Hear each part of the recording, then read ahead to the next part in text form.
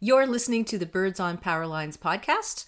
And in this podcast, we are back to talking about Doctor Who. Specifically, we are talking about the last 4 episodes of the second season with ncutigatwa, or series 15, depending on how you look at it.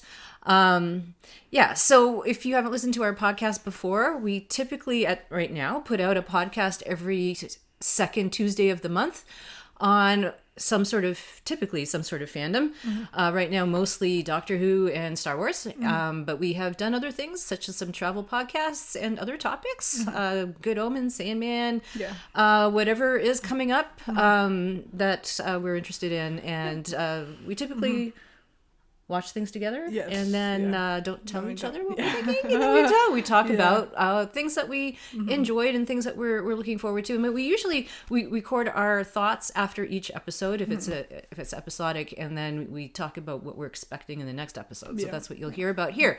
And if you have listened to us before, we are so glad you're listening to us again. And I think most of our podcasts have been about Doctor Who for some reason. I guess kind of like just happened that way because of when we started doing this, and that we're really getting into Doctor Who. I'd say we're some of the newer viewers. I mean, I used to see it a lot when I was young, very young, and I used to be scared of the theme song, and I used to hide behind the couch. But as an adult, I don't hide behind the couch anymore. So I sure hope you don't. So anyway, we're going to talk about Doctor Who, and like I said, this is the last 4 episodes. So if you are looking for our discussion of the first 4 episodes of this season, you will see that or hear that in another podcast. And if you're listening to us on audio, you can find us on our YouTube location, Birds on Power Lines Podcast, if you care to do that. If not, that's great. We love having you listen, and because we love having these conversations, which is why we started podcasting, because we do this anyways. So we thought, why not let other people in? Yeah. Right? Okay. So I think we started discuss that. Like, I'm going to go first. Yeah, you go first. Even though I was just talking. Oh, well, I can go first. That's fine. Okay, you go first. Okay, well, I don't think I have as much to say as you do. Oh yeah, because you wrote a lot more down than I did. Yeah, I tend to do that. But anyway, so we're at episode 5, which is the story and the engine. So I really like the concept of this episode. It was interesting, and I think the second half of the season, at least from what I could tell, this season in general brought back a lot more like retro legacy type characters. Yeah. Which is good for us, because then we have to look up stuff. I was gonna say I wasn't. Okay. I was gonna say I didn't quite get what is going on. Like a lot of because some things weren't really well explained. I'm seeing this like a lot more in the last 4 episodes. Like they just weren't explained well enough for me to understand it. Yeah, that's why I then in retrospect. Yeah, but anyway, and I learned a lot, which is good. And I've been learning a lot about all the stuff I missed from. I guess, what do they call it? Classic Doctor Who, or the pre-modern? I don't know. Anyways, I know the new one is New Who, but I don't know. Yeah, but when I was young, it was the old Who. Anyway, so I thought the general concept of the episode was really clever. I really liked a lot of all of the detail that went into because it was basically all in, it was one set the entire time, pretty much. And it was really I thought that the detail that they put into that was really, really nice. And they talked about how they put that set together. Yeah, that was very cool. We'll watch the stuff on YouTube. From the official site. Unleashed or whatever. Yeah, they talk about how they do things together. It was quite impressive. Yeah, it was nice. And though I was initially a little bit confused by the fugitive doctor appearing, because I was like, oh, who is that? And then that was where we had to get schooled. I understood more or less what was going on, but I was just like, huh, what? Who is that? What? Yeah. And then okay, so when I wrote this down, I was trying to figure out who the little kid in the alley was, because I was I know I've seen that kid before, and yes, now we know where we've seen that kid before, but I didn't realize that at the time. Yeah, it didn't come to my mind right away either. Well, I didn't. I was like, wait a minute, who's that cute little thing there? I didn't figure that out at all. And I was thinking that they would do something with that, within the episode, and I was like, I'm gonna come back. I wrote down that. why didn't they do anything with that? But yeah. I'm still not sure why she was in that one specifically. Why she appeared like I don't know either. And that's sort of a thing. I mean, we can talk about it later too. Yeah. But I agree with you. Like, now that we've seen the whole arc, I'm still not sure and why now, like, she was in that episode. In retrospect, I feel like her appearing to Belinda is like kind of similar to what was happening with the Doctor and like getting flashes of Susan. And that just kept happening. The only difference was it only happened once. But why did she happen to see Poppy in the alleyway? Yeah, like, why in that one? How was that? How did that work? Part was not. Yeah. That was a little bit confusing. That's a loose end. Yeah, like like maybe among many. Yeah, I don't know. Anyway, but I really liked, like, so talking about the details of the set, I really liked the window that like told the story. That was really brilliant. Nice. That was really nice. I really enjoyed that. Especially it was different when like. Literally, it like when the Doctor was telling the story about Belinda, and they literally remarked like, "Oh, it looks like completely realistic." It's because it was, and I just thought that was a very clever way of doing that, of showing that like his storytelling is like really different than. Well, because he was talking about real stories. I think that's what it was about, right? Like the other ones were sort of. Well, I was thinking it was more like because he was more like a powerful force. No, I thought it was. Well, it could be, but I thought it was because his story was actually because he was saying that real people's stories are even more compelling than the ones you can make up, right? Yeah. And then the last thing I wrote down was like I thought it was like really like I honestly think the main theme of that episode is kind of like the power of forgiveness, because like a lot of the episode is about like people learning to forgive other people. So like there's Abina and the Doctor. She forgave him for like basically just leaving her there, and Omo and the barber like trapping him in the shop and stuff, but then he's like, oh well, just take over my shop, I'm gonna retire. And then like of course the barber and the gods that he wrote the stories for, and then the Doctor and Omo and etc. But like I thought it was really nice. Yeah, and I really enjoyed that episode too. Yeah. I can't actually remember what I said about it, so let me just see. I said the first thing I said was very different from pretty much everything that we've seen or that I've seen. It was I'm not a Doctor Who legacy person, but I really felt that this was very different in terms of the way it was done. Somehow it was in the story was. Because it wasn't like a whole bunch of like running around. Yeah, like, and that was the thing.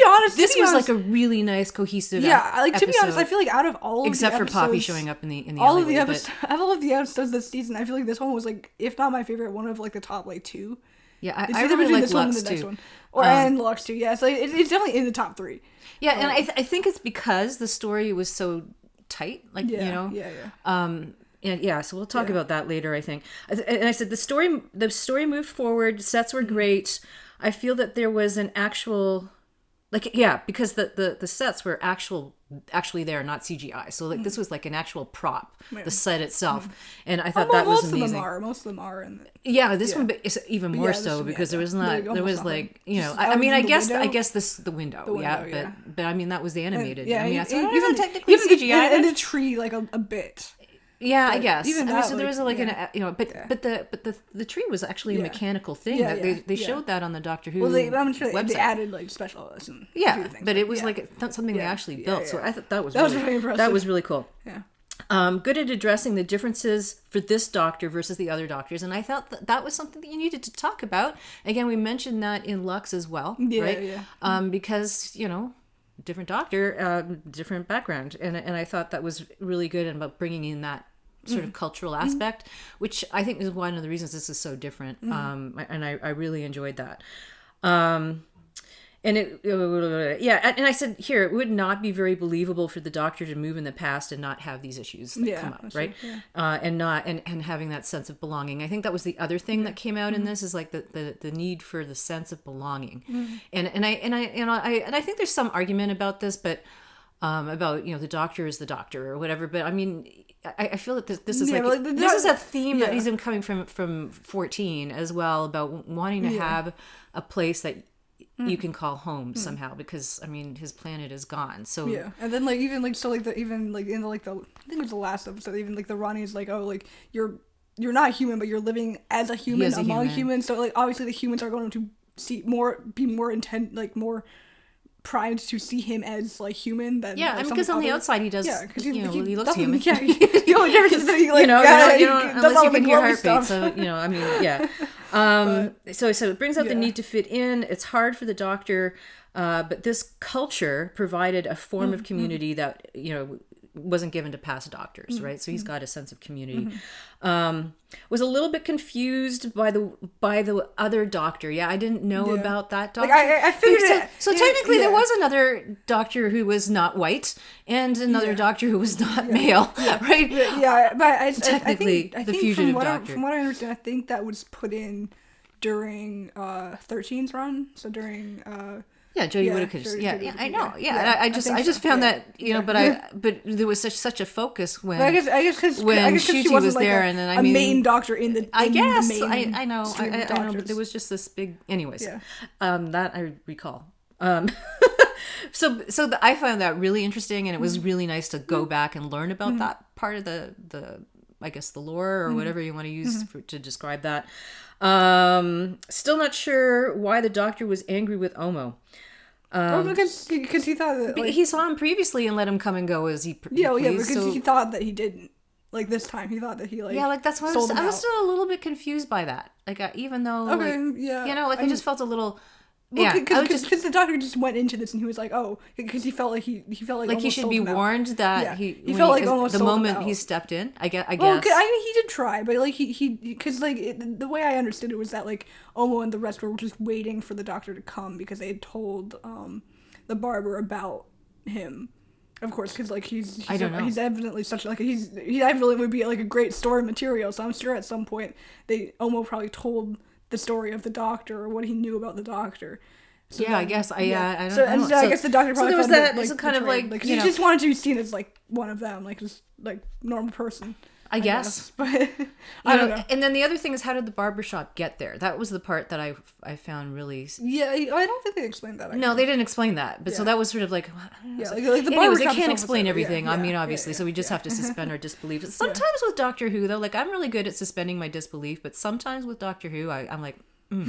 Because usually when you do that, there's like an explanation as to like why this is okay, right? And some like so much, and I think we've said this before in other episodes. That there's just so much going on that there isn't time to explain it, and that's why it's like that's the one thing that I find. Like if you watch Star Wars, there's like there's like. It's completely removed from like this reality. Yeah, but all the weirdnesses that can happen are make sense within that reality. Whereas with Doctor Who. I mean, I guess you can't expect that, right? I mean, it's sort of like it's got its own like it breaks its own rules. Like that's the weird thing. It's been going on for so long, so I'm sure. Yeah, I guess I guess that's sort of what it is. So that's kind of like okay, you just have to just accept that. So that's the one thing that you have to learn to accept.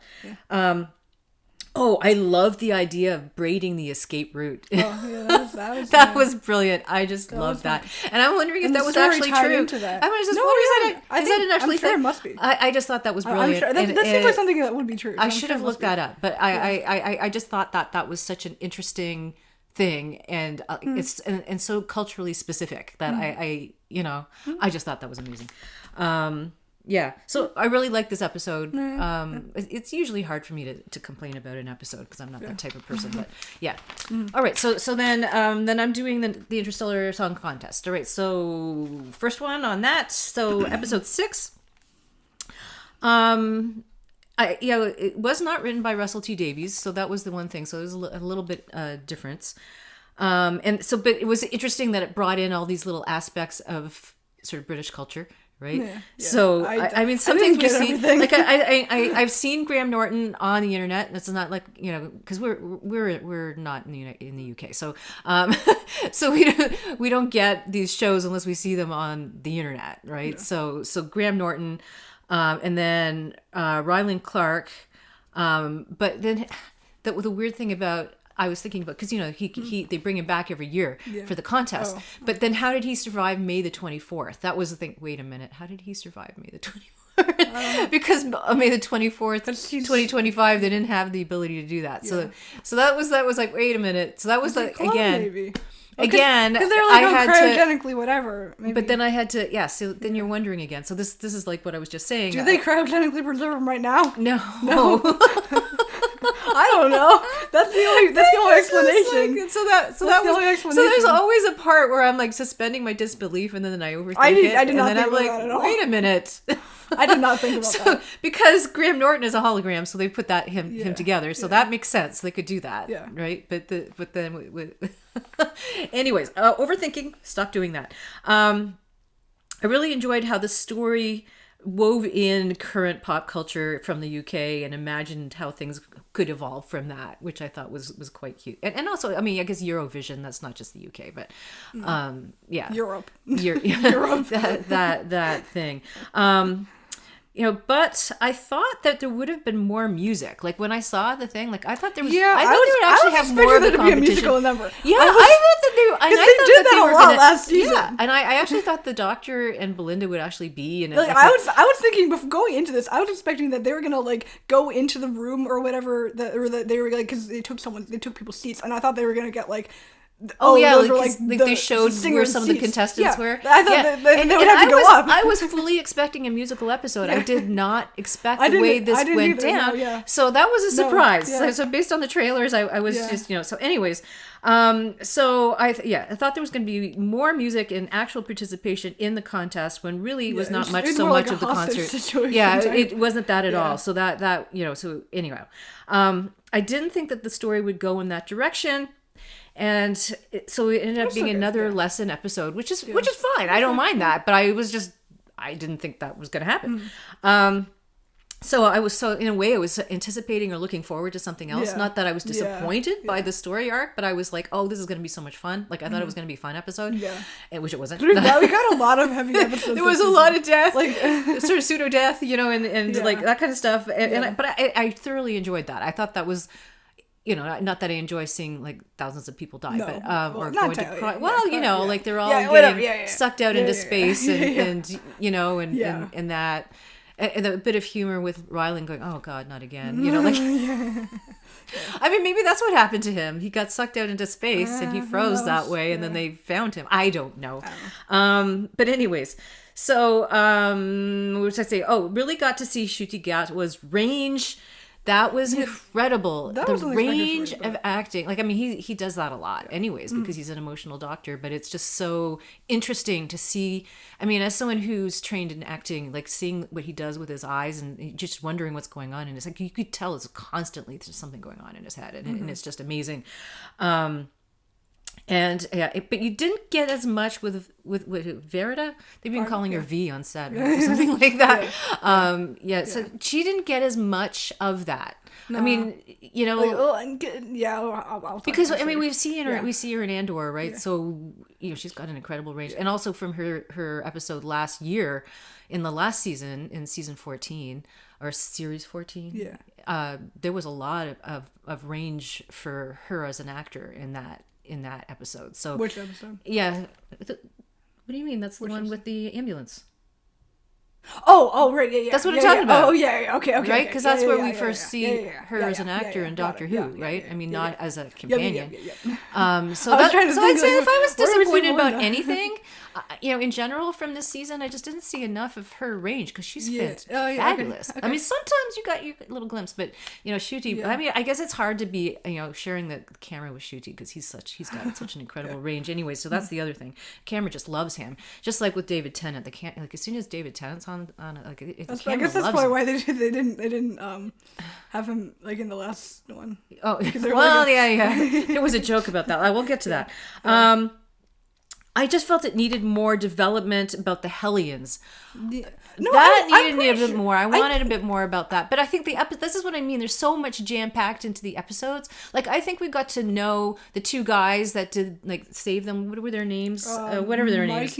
Mike and Gary. I think we got to know more about Mike and Gary than we did about the Hellions. Yeah, they were cute. But I just feel like there's something missing there. Like, I would have liked a little bit more about that. So there's lots going on in the interlaying of effects from the stadium to the revival of the contestants and the darkness of the Doctor. I mean, that was unusual because there were dark doctors. I was not expecting that, honestly. But he was really, really. I mean, that's when you see he's ranged. He does everything in this episode from giggling to like almost murdering somebody, torturing and murdering someone. Anyhow, so that was that. And plus the doctor's granddaughter. So now this comes in as a storyline. Yeah. Susan, right? Yeah. This is like, okay, and we're going to come back to this thought. I know we are. So there's that. Why? And then that bi-generation of Mrs. Flood. So at least now we know who Mrs. Flood is. Yeah. And then again, I had to look up who the Ranny is. So that was the thing. So the Time Lord and the nemesis of the Doctor. So I wasn't familiar with that, so I had to look it up.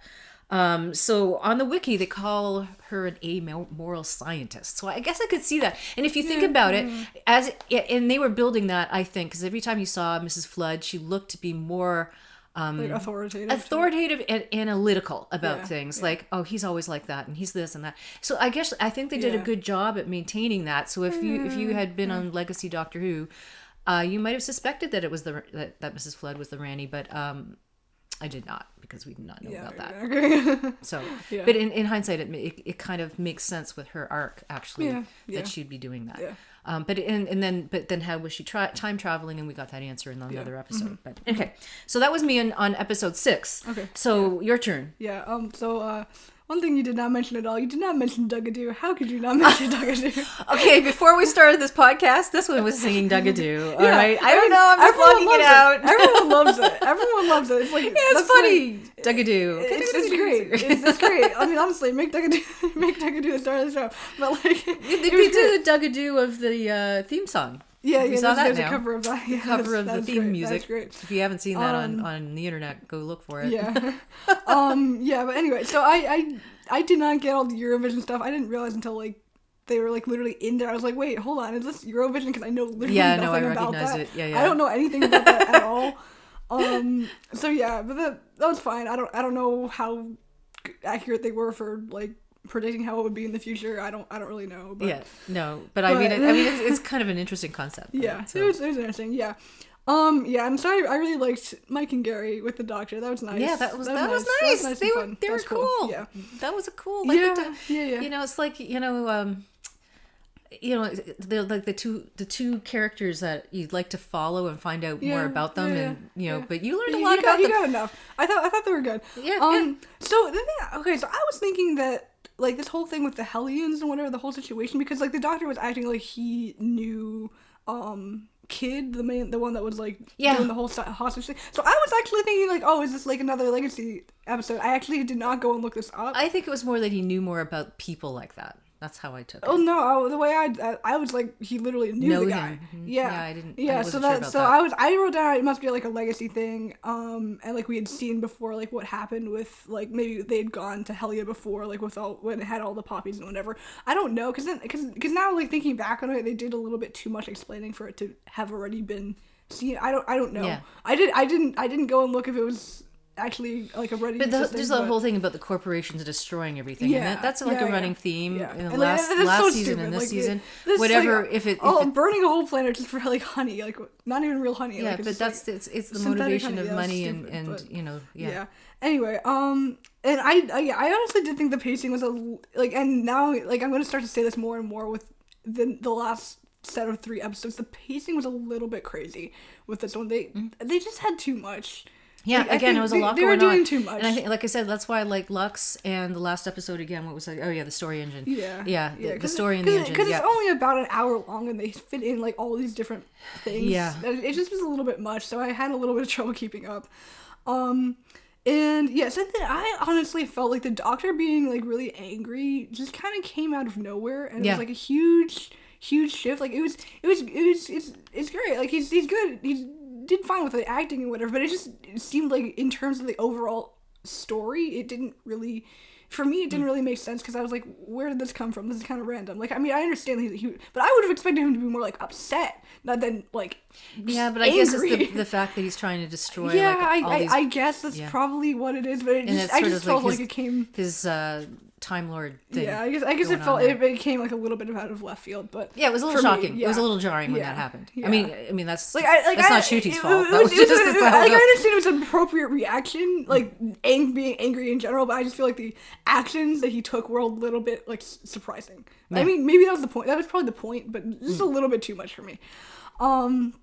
And then also the fact that like he kind of like got so like literally like very very viscerally angry, like it also like was kind of not brought back because like all that happened was like Belinda was like, you really scared me, and then it was just never mentioned again. Yeah, like it was like so that felt a little bit unrealistic. Done that, and like that was especially with like the themes of like I've been thinking we've been seeing themes of like between 14 and 14 and 15 we've been seeing like a lot of like themes of growth and like accepting emotions and stuff, but then that kind of just didn't happen. It just never got readdressed. Yeah. Or it was just resolved too easily, which that's another thing that I am kind of seeing a little bit more. And yeah, so I was wrong about Mrs. Floyd. My bad. She was not benevolent. No. Yeah. Yeah.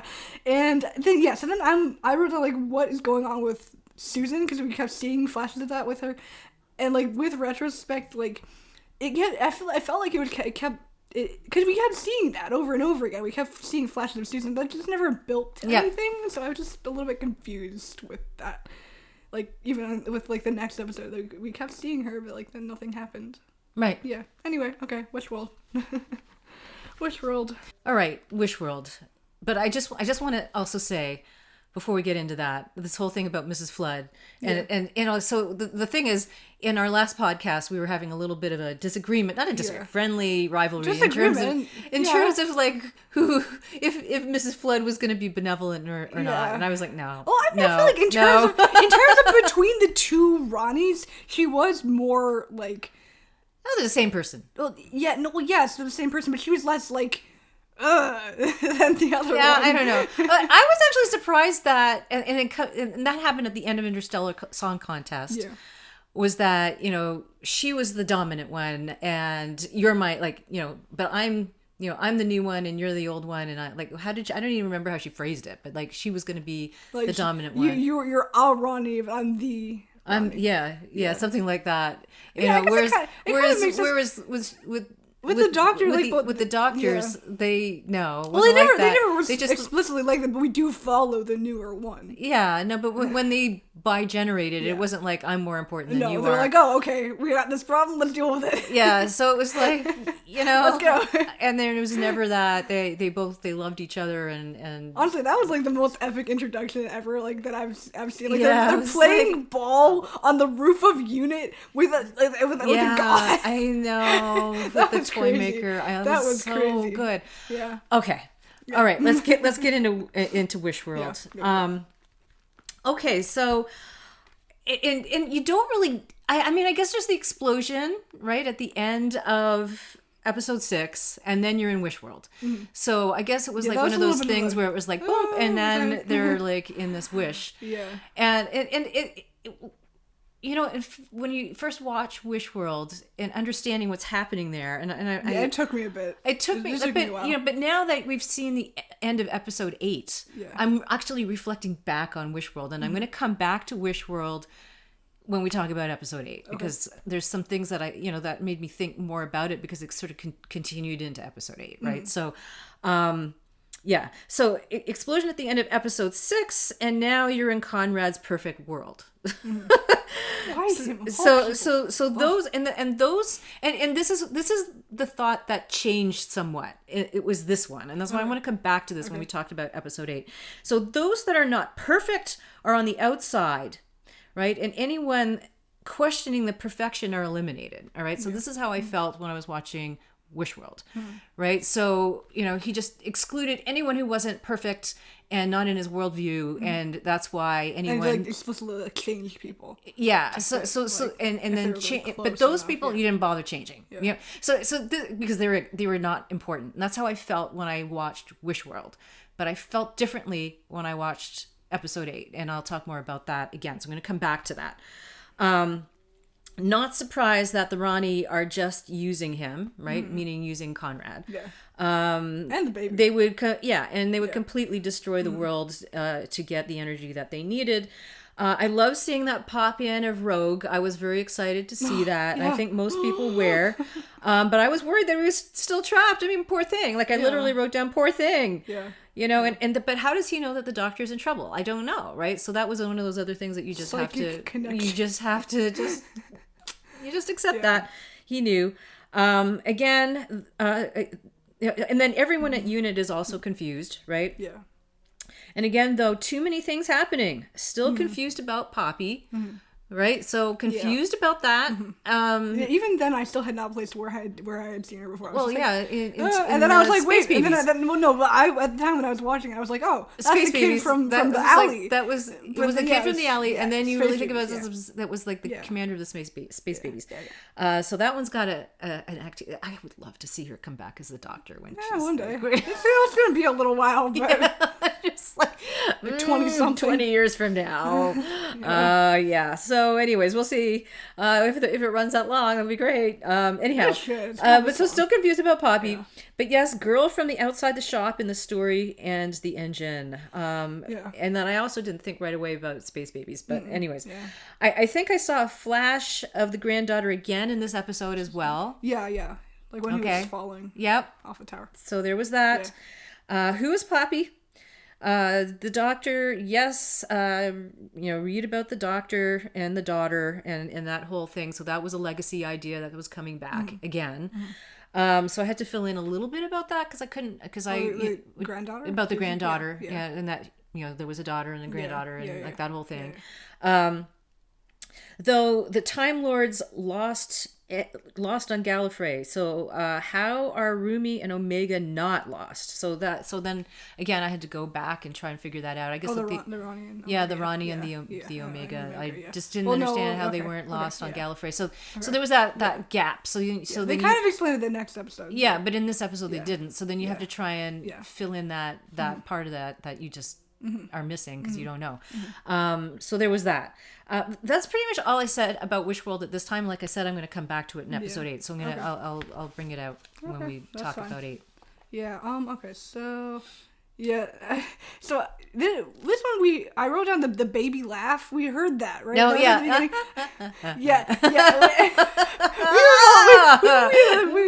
Once again, not doing that. Once again with the visceral reaction with that, but they didn't do anything with it afterwards. Okay, and what I was thinking with this is I was thinking, oh, the baby must grow up to be Conrad, but no, that didn't happen. We just also see Conrad.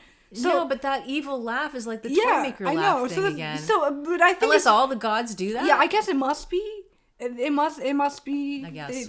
But this is the god of wishes, and all the gods do that little laugh. Yeah, I didn't mention that in my notes, but thanks for reminding me about that. No, because I was thinking the baby would grow up to be like Conrad or something, but no, I guess not. But no. So Conrad's just a guy. Like, okay, yeah. And then the next thing I wrote is, oh, everyone hates Conrad so much. Yeah. That everyone hates him so much, and even in the world that he made, and then this is interesting in retrospect because he made it it would have been a lot worse if he hadn't met Ruby. I'm gonna guess. Yeah, I guess if you think about it, this is why I want to talk a little bit more about this later. I was like, oh wow, that's pretty bad. There's actually some more stuff to think about here. Yeah. Honestly, I was also a little bit surprised. It's kind of a bit more normal than I was expecting from him. Yeah, but then also there are things that they're like, wow, this is some really one messed up dude. He's really irritating and annoying. And then that whole thing, every time somebody didn't quite get it, going back to Wishworld, the cups would go through whatever, or a cup would break. That was a little bit random. That was kind of an interesting idea. Yeah, I got it, but it's just a little random. And then of course Rogue's like, tables don't do that. Yeah. And so then I basically spent half the episode trying to figure out what was going on, and I was literally saying while we were watching it, what is going on? Well, because it's not real, right? That's why, and it you got that sort of weirdness, almost as if it was a dream, almost as opposed to a wish. So I was just really kind of a little bit confused. So then the next thing I wrote, I get that this season, a lot more so than the last one, almost entirely more so than the last one, it has a lot of legacy villains, legacy themes, and whatever. But for me, I feel just someone going into this completely blind, me. Well, that's why you have to look it up. It wasn't entirely fully explained. If you're just watching it, then you're like, what is going on? And that for me kind of a little bit ruined a bit of the episode. I feel I would have enjoyed it more if I knew a little bit what to expect going in, or if they'd explained it better. But then the thing is, they're doing so much in each episode that of course they don't have time to explain it. Yeah, and they shouldn't need to explain it. But it's just that was my one kind of gripe with that. Yeah, and then another thing I wrote down, and I was feeling this a lot more with this one, and at the time I wrote it off as, oh, just because she's in The Wish, but I feel like Belinda's character is not being, like, consistent. Like, her motivations are not staying consistent. Like, her basic, like, skills and stuff and her demeanor, more or less, is staying consistent, but, like, I just feel like her character, as opposed to Ruby, right? Yeah, like, I mean, Ruby had a very, and I'm going to talk about that a little bit more in episode 8, but Ruby had a very... Like a constant thing that was going on. And honestly, I'm still half convinced that she is like part like Time Lord or something, because like in this one, she's the only one who's like, hey, this is not right.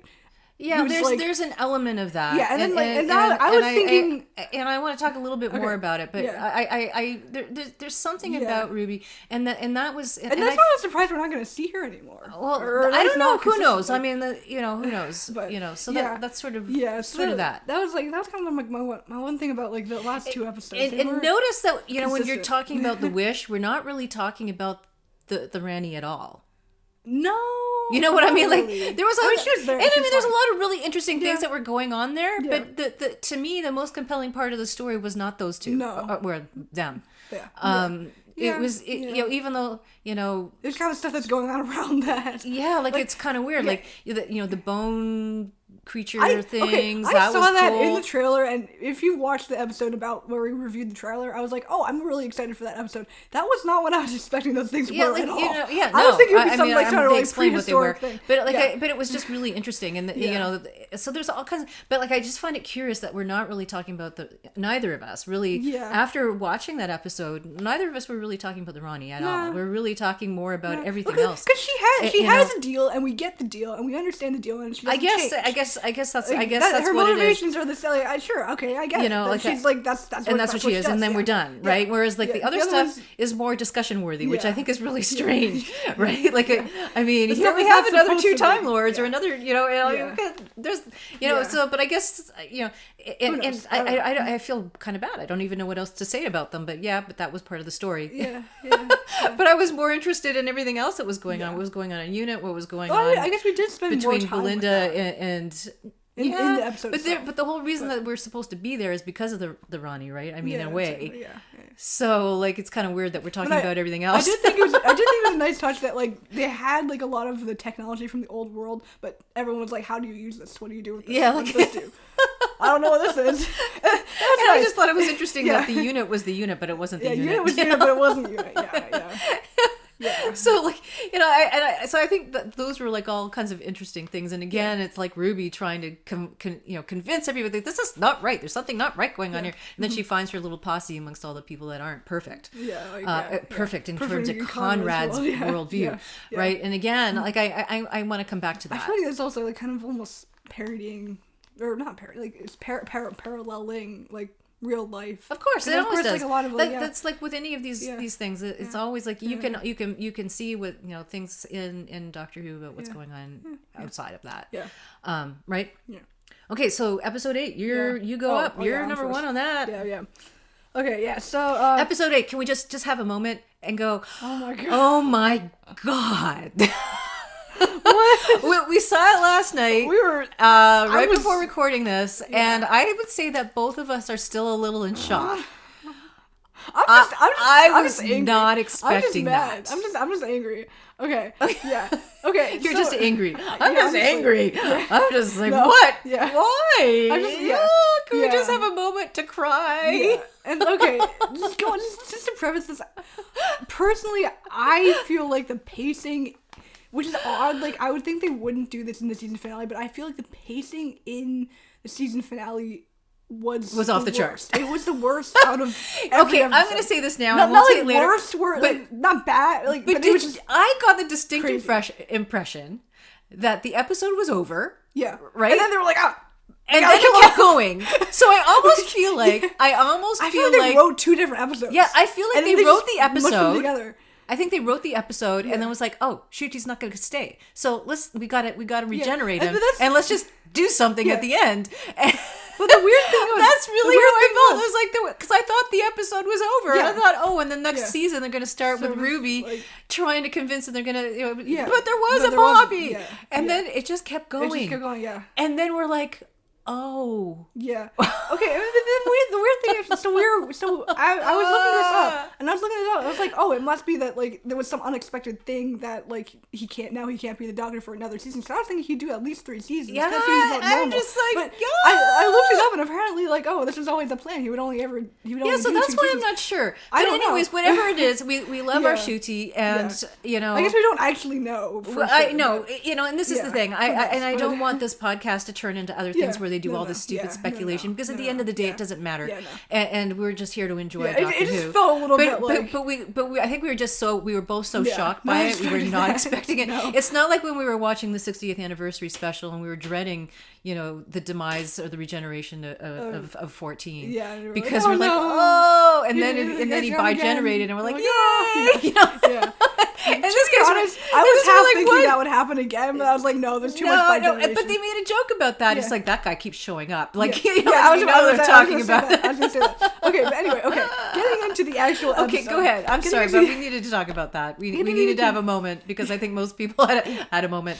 Okay, Yeah. go ahead. Okay, getting Sorry. into the actual episode, I was really okay. First of all, I did not recognize Anita for the first like 10 seconds Oh, of her I being did. there. I was like, just wait, like, who is she again? I was she's like, so oh good. yeah. I was glad that actually worked out because like we saw that- that he recommended her to like the Time Hotel and whatever. Yeah. So it's great that it worked out.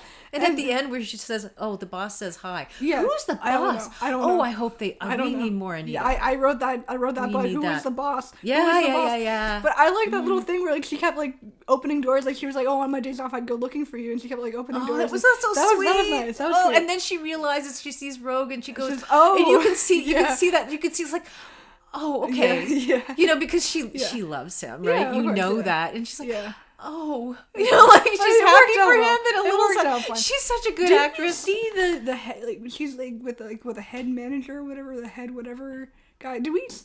We didn't see him. No? We didn't Okay. see him in this Okay. episode. Yeah. No. But anyway, yes. Yeah, I like that. That was nice. And then okay, And so she has a baby. Da-ba-ba. yeah, and then another thing. Like, and I feel like this is like a consistent problem that I am having with the villains this season. Everyone's getting defeated way too easily. Like, it's really anticlimactic. Like, they spend all You know, this but the time thing is building them up. that's Like, what they happens spent, in like, Doctor a Who. whole season. Well, last season was more difficult. Right? Yeah, they So, spent like a whole season like building up like like Omega and the Ronnie and whatever. She gets chomped. Mrs. Yeah. Ford goes who knows where. She goes off on her little hover thing, and then we just push Omega back into the hole, hole yeah, with the I know, Vindicator. just There's like- not even a huge And then, like you dramatic said, struggle. you know, He just, obviously the Vindicator is a really powerful weapon. Yeah. Yet to reset time, we have to lose a doctor. Like, yeah, you know. yeah. Like I was thinking, Why don't they just use a Vindicator? I was thinking he was just gonna use a Vindicator because like there's obviously a lot of energy in there. So why doesn't he just? I guess it's not enough, and there's more energy in a doctor. I don't know. Like it's Yeah, like, anyway, anyways, yeah. again, you have to Yeah, suspend and your then disbelief. it's another thing I said, pacing again, very random. Yeah. Yeah, But I and then- love the effects with anything with Anita in it, like when she opened the multiple Yeah, doors. that was nice. That I was I cool. liked it. And I was honestly seeing a little bit of a parallel. Like, I've seen a few, well, no, because this isn't a Disney show. Okay, Well, it's actually, on no. Disney, but it's yeah, not but a it's not Disney like show. Disney. Never mind. I'm not going to mention this. Yeah, and then another thing. So I wrote down like this episode especially. I really had a problem with like what they were doing with Belinda's characterization. Yeah, like it was. It's just I not agree. consistent. And then this one Yeah, especially. I agree. And then They Ruby completely- was still consistent. Yeah, I feel like they completely like retconned like her motivations for going home. Like she was like, oh, she's like every single episode, she's like, oh, get me home, doctor, but please get me home. And then like now she's like, Going off and Poverty. yeah, you know, and then like I understand. There's- Like of course, like I mean, I obviously I don't have any kids, but like sure that might be Yeah, make but sense they had for, to change all the episodes to match now Yeah, going back to. yeah, I mean, I guess yeah. it's because you shifted time, and I He- mean, yeah, he shifted at least they tied that in. Yeah. So that's yeah. good. So Yeah. like I feel like with the shift in time, that makes more sense. Yeah. But I just feel like staying in the like wishworld reality and having that like at that time, it was like a little bit confusing. Yeah. And she's like, oh, like I remember her, so she must be real. But like that kind of just came a little bit out of nowhere. Like that's like a whole like philosophical debate. Like that's actually like a real life whole philosophical thing. Like if you remember it, Oh isn't real. man. But This one started taking philosophy. but like enough about that. And then okay, But then there wasn't like a peep about her parents, like in the pre-shifted reality, like nothing about I have to get home for like But anyway, and then so I just told the doctor's death was completely unnecessary. Like it wasn't a death; it was a regeneration. Oh, whatever. Okay, we're not seeing it. And again. we're not even done with that. Okay, I'm going to talk more about that. That was completely unnecessary. And also, before I mention that, I was not expecting 13 to be the ones that like come in and like help. Like I said, oh look, it's 13. Yeah, it's 13. Oh yeah, but I was totally expecting 14. Like I'm glad they called that out. I was telling you. Yeah, that's why it was funny. I was thinking either 14 or the fugitive, or maybe the war. They doctor did a lot of that though. They referred to other doctors, and actually in the episode that you saw flashes to all the other doctors. And that's when they sort of like not all of them, but a lot of them. Yeah. But I was half expecting 14, so I'm glad they literally named like, oh, I just thought it was gonna be the other guy. No. But anyway, and then so Ruby just knowing things, like she knew Poppy existed, she remembered Poppy existed. She and then seems to be able to. That's still not explained, and that's still coming from last season. I feel like she's still. There is that. So there's and I'm going to talk about that. Yeah, so I agree with you. Yeah. We'll talk about that one right now. So there's this whole thing about Ruby existing, but also outside of it. Yeah, and she remembers. Right, and you know, at the risk of mentioning Rose a little early, Rose like that too, right? I mean, Rose has special abilities. So which Rose? The Rose or original Rose? Original Rose. Well, that's the thing. This is where, because I've read more lore than you have, so people who know Doctor Who know, and in fact, and I'll say this right now, when the regeneration happened, well, it's not done yet. Okay, so that's the other thing. Yeah. And this is at this point we don't know if it actually is Rose or if it's just. Well, no. So when we saw that, and we saw the face, and I was like, "Oh my god!" And you said, "Who is it?" And I know I said to you, "It's Rose," but the first thing that came to my head, and people who are like will know what I mean. Yeah. The first thing that came to my head was, "Oh, Bad Wolf." And that was the first thing that came to my head, not Rose. Like when you were asking, see, that's because you know. So there's this whole thing, and then I was reading a bit more about this because I didn't pay attention to the credits. So it had Jodie Whittaker, the Doctor, ncutigatwa, the Doctor, and then what's her name? Billie Piper. I had Billy, but not the Piper. It didn't say the Doctor. No, it did. No, it said introducing Billie Piper as the Doctor. No, it said not according to what I read. So I don't know. I'm going to go back and look. It said in introducing Billie Piper, but it didn't say as the Doctor. So there's this whole thing that regeneration isn't done yet. You just saw the face. So there's like all this thing going online, and who knows? Maybe or maybe but it's the Doctor. Or maybe who else would the Doctor regenerate into? Well, because she's Bad Wolf. I don't know that. You need to do some reading on Bad Wolf, right? So I don't even know the full extent of Bad Wolf, but the thing is, this is giving very strong like 10 seasons. So there's so like, and we'll see when we get into series 16 a year from now. We'll find out if we're going to be dealing with Bad Wolf, if we're dealing with the 16th Doctor, or is this temporary so we get the 16th Doctor, or what's going on? They've already done that. I feel like they wouldn't do that again. Always when you see this character, it could be Bad Wolf. So and indeed that is ironically that is what popped into my head. I said, "Oh my god, it's Bad Wolf." That's what I thought when I first saw that. Okay. But yeah. Okay. So I don't know. So you can do some reading on Bad Wolf and see what I mean by that. But I'm intrigued. I'm intrigued. As brokenhearted as I am, because I really love ncutigatwa as the Doctor, and I was just like posting on social media about this, and I'm one of those people. So last week we were at Anime North, and we were at a stall, and there was an artist doing something, and one of the people watching this artist, he was an amazing artist, doing stuff with spray paint, and he turned around and said, "You should see, I commissioned this guy to do a TARDIS and the nebula and everything for me." And then I'm like, "Oh, cool." And he says, "So he's a Doctor Who fan," and then we started talking about doctors, and he was like, all in your face about, number 13, and he said, "Do you like ncutigatwa?" And I'm like, I'm a fan of number 15. Okay, so so I sort of having this thing. So I'm just wondering about how he's going to feel about this kind of thing. Like I don't know this guy, but there's this element of that. So I'm a huge ncutigatwa fan, and I think he's an amazing actor. And I'm gonna miss that. I'm gonna miss it. Yeah. I'm gonna miss it, but yeah. So we'll see what happens, But whether Billy Piper's gonna be number 16 or not, I don't know. We'll see.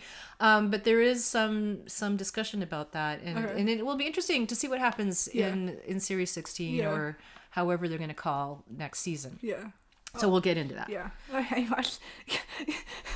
is still stuck there. Well, that was the other thing. And I'm going to talk about that. He's still there. So do you want to talk? Okay, are you done the other stuff? Or are you going to talk about Rogue?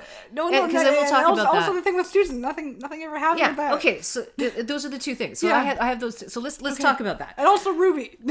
Okay. Well, I mean, and that's the thing.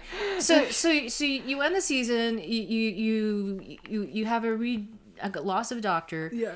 But this doctor never did anything with the Daleks. The Daleks. Daleks. And never. The Master never came back. Never at with all. the Master, so we missed that. Yeah. We've left Rogue somewhere. Where did it go? and like I'm like, because if we have another, like I don't know, like it wouldn't be the same relationship. Yeah. It would be like it's unresolved, and I was not prepared for that. And also this whole thing with this Susan kept coming back. I kept thinking they're going to do something with that. And now we're not. So I mean I don't know if we've just lost those threads of the storyline or if there's going to be something again. So these are the things that these are some of the reasons that I just did not see that coming. Feel like they're playing such a long game at this point that I'm losing the game. I don't know. I'm losing it. I don't know what's going on. That's why we're like, because I think out of last season, I think a lot of people became very attached to that whole thing with Rogue. And that was such great chemistry that we just wanted to have. Yeah, I was sure that he would come back. That was just such good chemistry. I don't know what it is. Like when you see two actors on screen and you see this amazing chemistry, you just like it, and you're like thinking, well, they've got to somehow resolve that. But but they don't have to. I mean, they literally don't. Yeah. But I think that was sort of one of the reasons that I did not see that coming. Yeah. So yeah, that was the thing. So I think it was so we're talking about episode 8 now, right? So the reality war, because we didn't talk about the title. Yeah. I said, oh yeah, you still haven't gone yet. Sorry. Yeah, because we're talking about you. So is it my turn now? Yeah, because we're talking about that. So there were other things that I was going to say. So the ending actually made me forget about the rest of the finale. Like I didn't even think about because I was just so shocked about the regeneration or the process of regeneration that I completely forgot about everything else. So out of the blue, not prepared for that. Okay. Yeah. I want to talk a little bit about Ruby and Conrad. Let's go back to the wish. All right. Yeah. So Ruby wishes to make Conrad have something have a happy life, right? Yeah. And this made me think more about the exclusion of people in Wishworld, right? Yeah. Mm-hmm. Because did he exclude those people because he just doesn't see them as human? Right? This is how I thought about it at first, but maybe he just didn't know how to. Because how Ruby was saying that you really wanted everyone to have a nice life. Like they all had a family, but he just didn't know how to help them. Right? I mean, that'd be another way to look at it if you're Ruby, right? Like if you're Ruby and you see that there's something good here and she says all those things were real that we had. Like I know that they were real because she is who she is. She knows that. Mm-hmm. Maybe he just didn't know how to help them because it's not like he eliminated them. They were still in the world. He just didn't know how to give them what they needed, right? Because he was such a self-centered type of person. It would be difficult for him to figure out how to help them, right? In his mind, making a perfect world, right? So that's why I was kind of thinking about it afterwards, because the way Ruby addressed him made me think about him a little differently, which was interesting. I still don't like him. I'm not saying we have to like him, but I just started thinking about Wishworld a little differently because of the way Ruby sees things. And that was the one thing about that companion that, if I reflect on it, is that she was able to see things that other people couldn't see. reality, and that is what made her special. And there's still something about her, and I do hope that they bring that character back, because there's something about her. Like I'm not going to compare her to Bad Wolf. Like she's not like that. Like, but she has this ability to see stuff that others can't see, and whatever that reason is, you know, I don't know what it is. You know, she can see the different realities. She can see, you know, these kinds of things. Remember things, and she can remember things that other people can't remember, despite the changing of reality. Yeah. So there's something about her that makes her special, and I hope that they somehow incorporate that character back, because of the fact that the way they write her, and I'm sure that this is a Russell T Davies thing. I don't even know if he's cognizant of the fact that he's writing her like that. Like that she makes you think about things in a different way. And I think that was a brilliant part about this episode that got lost in the regeneration thing. That I was, because I started thinking about it again. So I thought that was gold. I you know, in terms of writing, that's writing gold. Now, I like how they reminded the Doctor of how he saved everybody and how they're all sort of his children. Yeah. I like that. I really like that. Here, Conrad Ruby. And then I already said this, how the episode seemed to end and then it kept going. Yeah. So I feel like this might have been an unexpected thing. Yeah. I don't know, but we'll never know, and I don't want to speculate on it, but I just felt like that it ended, and I thought it was over, and then it kept going, and then we were like, oh my God. Mrs. Flood got away. And then I'm always go back to thinking about 14, because they talked about the bi-generation, but we still have 14, unless this reset reality, we've lost 14 again. But I don't see why that would happen. But because they never talked about ever again about him being in the garden and having the other targets. Like, actually, when in the last thing, I was not thinking, oh, that's Belinda's house or whatever. I was thinking, oh, yeah, I thought that was the garden too. So I have a feeling maybe they reused the set, and because I just remember that set, that I was thinking that the other targets, because we were both thinking the same thing. Yeah. So that's interesting that we both saw that. So I don't know. They didn't, but I was thinking about that, and does that mean that I mean, but I guess 14 still has to be there, right, in the timeline. Yeah. But maybe they can jump timelines because we saw 13 come into that. Anyways, but there was something weird about that timeline, I think, and that's why 13 was able to come in there. Yeah. There was something off about that timeline. She got popped. And that thing when they were folding the Poppy's clothing, I was like, oh my God, Poppy's disappearing while they were doing that, because it kept getting smaller, and I knew that was. And seeing Ruby, as soon as Poppy disappeared, I was like, okay, he's gone. He's gone. There's something not right. And then seeing Ruby's again, you're like, oh, and that whole thing, like I thought there. And again, Ruby's being tortured because she's the only one that remembers Poppy. Yeah. And this is like I said, these are like that. And why is she the only one, consistently the only one that remembers things? She's always, not even the Doctor. And there's something so special about that character. Yeah. It's such a special character, and I just love it. And I think it was lost on me in the first season. Yeah. No, to be fair, in the first season, I was thinking the entire time, oh, her mom must be like a Time Lord or something. Yeah, I know. There's something special about her. No, she was just like some random, some ordinary person. But there's something special about her, and I hope that they don't lose that, because I think that character is gold. I really do, and I'm learning more about it now, and I think that really came out in these last 2 episodes, and I think that a lot of that's going to get lost because of the unexpected regeneration. I guess maybe some people expected that if they're really up on things, they knew that he was planning on only 2 seasons, but I think that aspect of it, and again, we're not talking at all about the Ronnie again. We're not talking about them. It's because she's good. She just got eaten. It's something about that. They were just periphery to the it was so weird. They're just periphery to everything else that's going on, and it's just so strange that we feel like that. Yeah, isn't that weird? Like, I'm telling you, I find that really strange. I felt a lot more threatened by Sutek in the last season, because they were building up to that, and then they used it, and then they delivered, and it was terrifying. And then let's not forget about the Doctor falling, and then Anita opening the door. And that was great. That was brilliant. Yeah. I just love that. So there's and all of this great stuff is getting lost with this regeneration. So shock value. And then so there was some real nuggets in there, even though it was again so busy, but there was some real nuggets of just great stuff in there, right? So but I do like curiously in these 2 episodes, the Ronnie are not even things that we really. I mean, they're like, oh yeah, they're doing their thing. You know, like.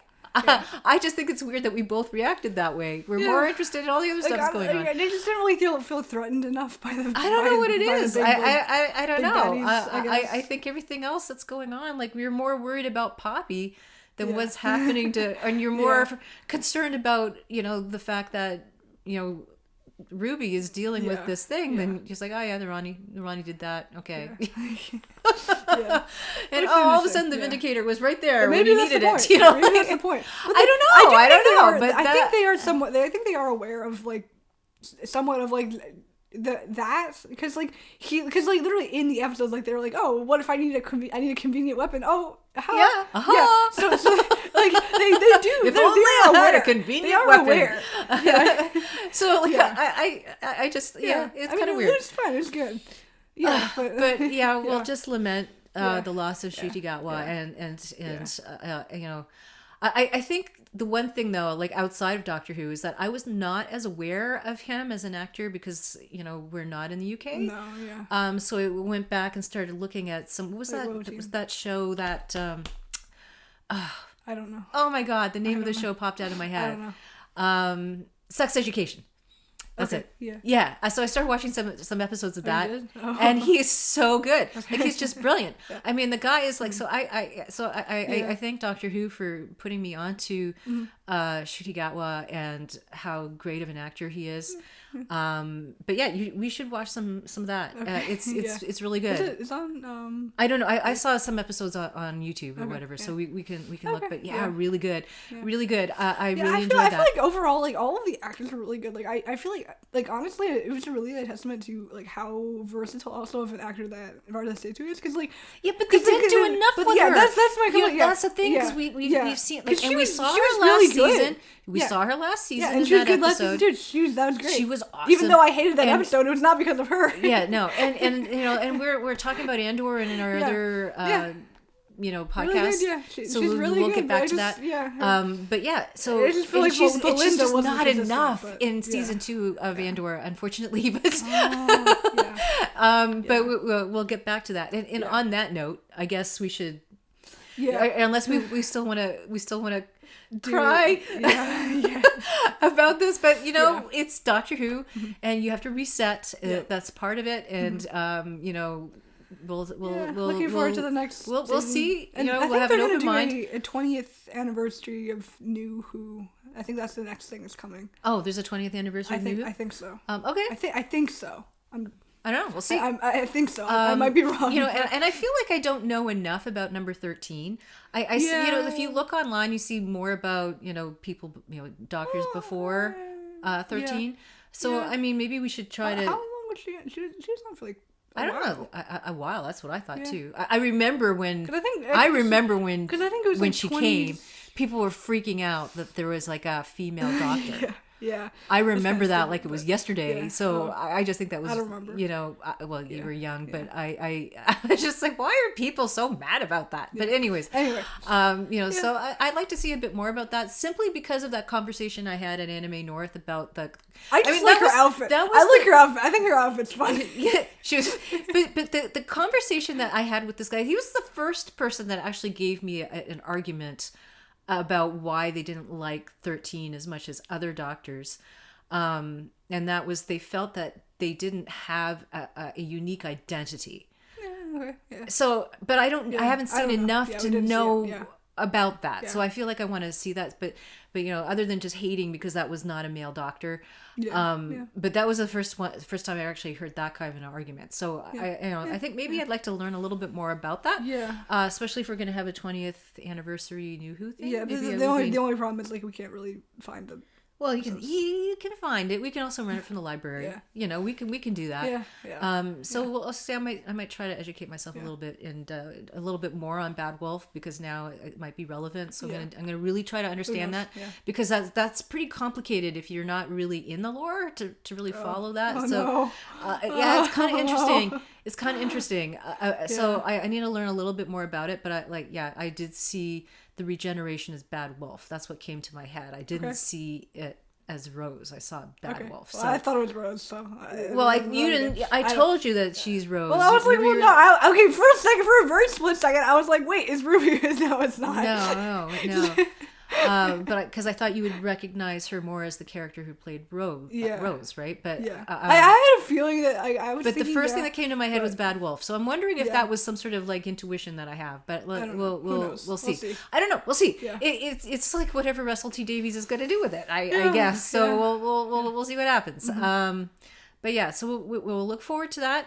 And then in terms of our little podcast here, we want to thank you for listening. Mm-hmm. And the next thing is that we will continue with Andor. We have done the first 6 episodes of season 2 of Andor. Yeah, that was a little bit too long. So and it was a little bit too long. But if you want to hear about that, try and listen to it over a few days. I don't know. We'd be really grateful. But we're going to talk more about Andor, and we're gonna do 2 more episodes. We're going to do 3 and 3. Yeah. Because a little bit more manageable. A little bit more manageable, so we did years 1 and 2. Yeah. So and we'll do 3. It's less like by the time this is coming out, because we actually haven't seen it yet, and it's been done. It's been done for a few weeks.